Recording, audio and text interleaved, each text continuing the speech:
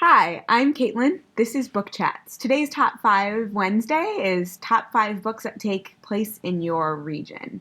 I am coming to you with really weird lighting. I totally apologize. I try to shoot with natural light, but it's been really crappy lately, and it is nighttime now, so I dug a couple extra lamps out, and we're going to see if this works. I thought I would quick give you an idea of the region that I'm looking at. So I currently live in Washington, D.C., which is in like the mid-Atlantic states, but I've only been here for 2 years. I went through a phase where I read a lot about the president and the president's theoretical children and just fiction and nonfiction. And if I were to do things from this area, it would just all be about the president. I'm just going to be straight with you, or politics. That's it. So I instead am choosing to write about my home area, which is Minnesota, the Dakotas, Iowa, Wisconsin. I'm originally from Minnesota, and all of the books that I chose actually are, most of them are from Minnesota or just from that kind of Midwest slash North slash breadbasket of America area. So without further ado, the fifth book on my list today is Clabbered Dirt, Sweet Grass by Gary Paulson. This book is not for everyone. In fact, I was required to read it for school, and my sister's just a year older than me, so she had to read it just a year before I did, and she hated it. And then the next year I came along and I read it and I loved it. And the thing about it is it's kind of a look at farming life, and it's very poetic, and I would highly recommend you read it aloud if you read it. I read it to my dog, which my dog didn't care, but I did. So I really enjoyed the book, and it's really a look at the heart of farming in America. Book number 4 is Wonderstruck by Brian Selznick. This book is actually half set in northern Minnesota on kind of in a lake nature preserve area, and half set in New York City, so half of it I can't claim to. But the part that is set in Minnesota is really interesting, and I like the book as a whole because it's told in two parts, kind of. Actually, only a little bit of it is in Minnesota. I'm just cheating on this one, guys. Half of it is told completely in pictures, and half of it is in a mixture of pictures and words. I don't know if I want to spoil it. So I'll just say if you read The Invention of Hugo Cabret, it's from the same author as that, and it's really great. It looks really fat and gigantic. I don't have a copy of it with me, but it's fat. But it's not that long to read. It's a really quick read because it's a lot of pictures, and I would just highly recommend checking it out.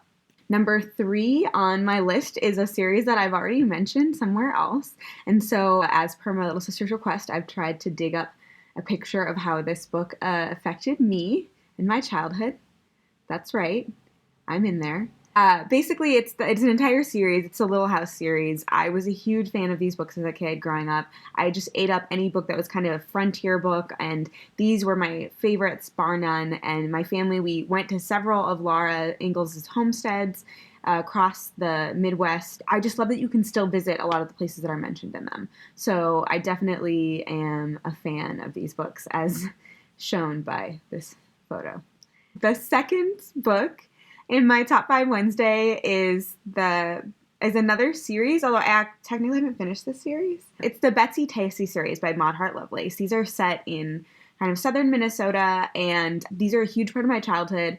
My best friend and my older sister and I used to pretend that we were Betsy, Tacy, and Tib, and we would get into adventures together, and it's just a great look at growing up and being best friends as girls and girl friendship. And it's funny because when I started reading them as a kid, I remember I didn't finish the series specifically because I was like, oh, those later books when Betsy grows up and oh my gosh, she gets interested in boys, and boys are stupid.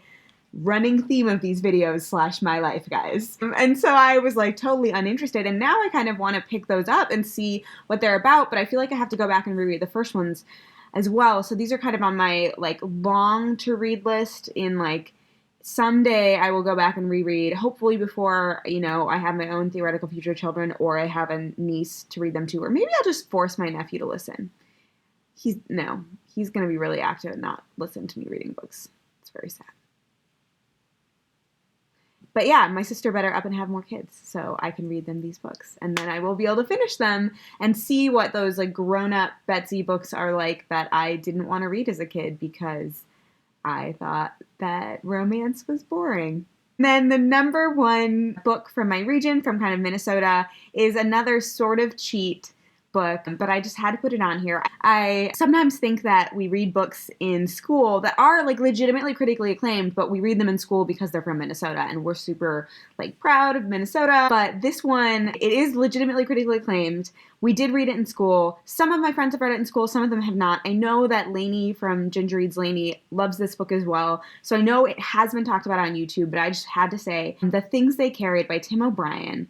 It's a fictional story, but it's about like the Vietnam War, and it's kind of like short stories interspersed together and just in a way that I've been told feels very authentic for people who are veterans of the Vietnam War. So there is a significant portion of it that is in Vietnam, but there are also several of the chapters that are happening in Minnesota. One of them when the narrator is working in a meat packing / meat processing plant in southern Minnesota, I think in Austin probably. There's one where he's kind of trying to escape the draft by escaping to Canada through northern Minnesota. So I'm counting this book because I think that without those portions, that it's not the same weight of the book. I think if you took those out and only had the Vietnam portions, the book wouldn't be the same. And so The Things They Carried, I think, is a really interesting book. You should definitely consider reading it. It's pretty literary. Don't expect to like it right away. I think when I first read it, I was like, that was weird. And I just like put it from my mind and went on with my life, but it has still stuck with me many years later. We'll put it at that. I think I read it in 2006. That's my best guess.